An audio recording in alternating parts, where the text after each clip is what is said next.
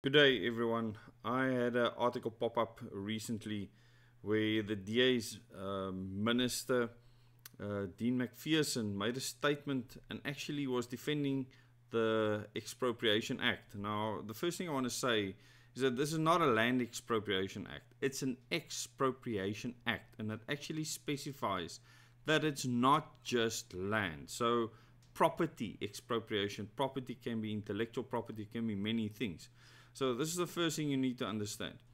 The next thing you need to understand is that Minister Dean McPherson of the DA actually defended null compensation, and he said there's definitely a difference between expropriation without compensation and expropriation with null compensation. Now, you need to tell me in the comments what your logical mind tells you with regards to this. And obviously there was a fallout afterwards. I'll give you a link to both the articles that addresses this, and then John Steenhuisen, the DA leader, the Minister of Agriculture, that's now with Cyril in the US to meet with US President Donald Trump, had to defend the DA's position on this after Dean McPherson made these statements. And I just want to talk about this unity, because it looks bad for the Democratic Alliance. They are part of the government. They are not an opposition party anymore, and therefore can be fully held accountable for what they are doing. And it looks like they're getting their roles mixed up. You know, when you're a minister, you're working for the president. If you're a party leader, you're a party leader. So I think there's big problems, and I've said this in the past, with the fact that President Cyril Ramaphosa, the president of the country, is also the president of the ANC. This should not be allowed in any political dispensation. The same with John Steenhuisen. How can you be the leader of a political party and then be a minister in the cabinet of the president of the country as well as the president of the African National Congress, which you are supposed to be opposing? So this whole government of national unity is actually quite disjointed, and you will see how people in the DA are now saying things that has to be defended, because the DA will lose half of their voter base if their ministers say that null compensation is fine or that it's acceptable, and it's clearly not expropriation without compensation. I would like to hear what Donald Trump has to say about this. And once again, it's not that I am a fan of Donald Trump. I'm entertained by the man often with the way he says things, and I don't want to get into his personality, but I'm sure if they try and pass this on him, that it's not going to go down well.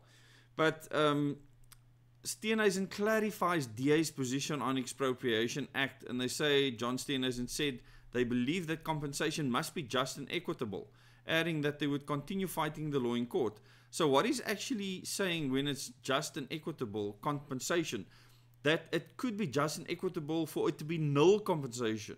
This is not what he is specifying here. So he actually agrees with Dean McPherson, and the DA is actually selling a lot of people that don't agree with this down the road.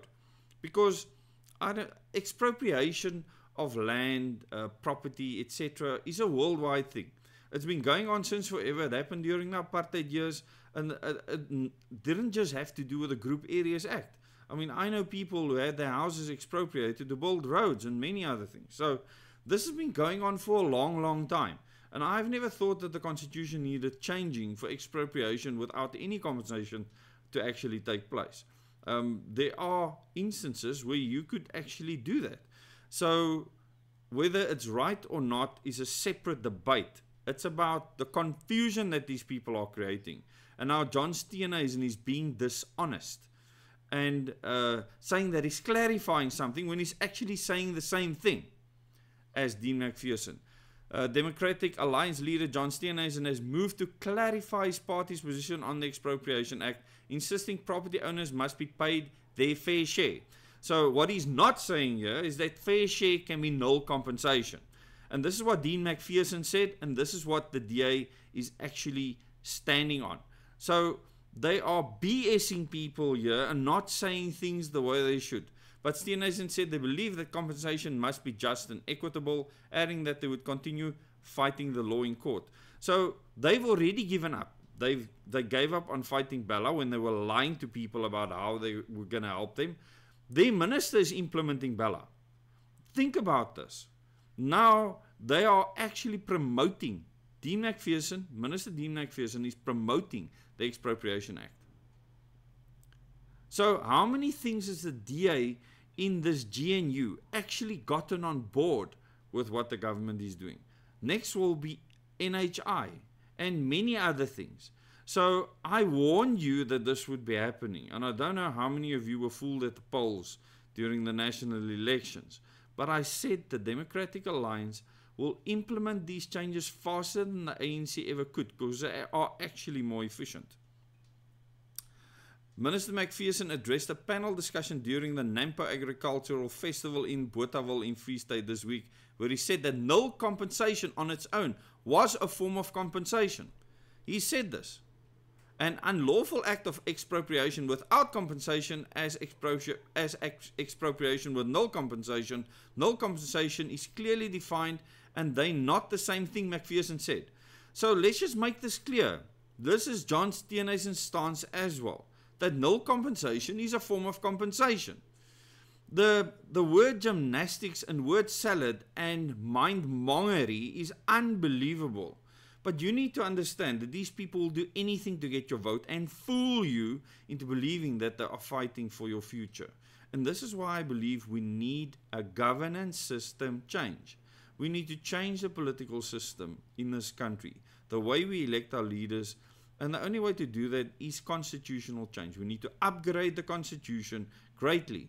Many Trojan horses were thrown in there, and many people have asked me, what are those Trojan horses? I have discussed them at length on this channel.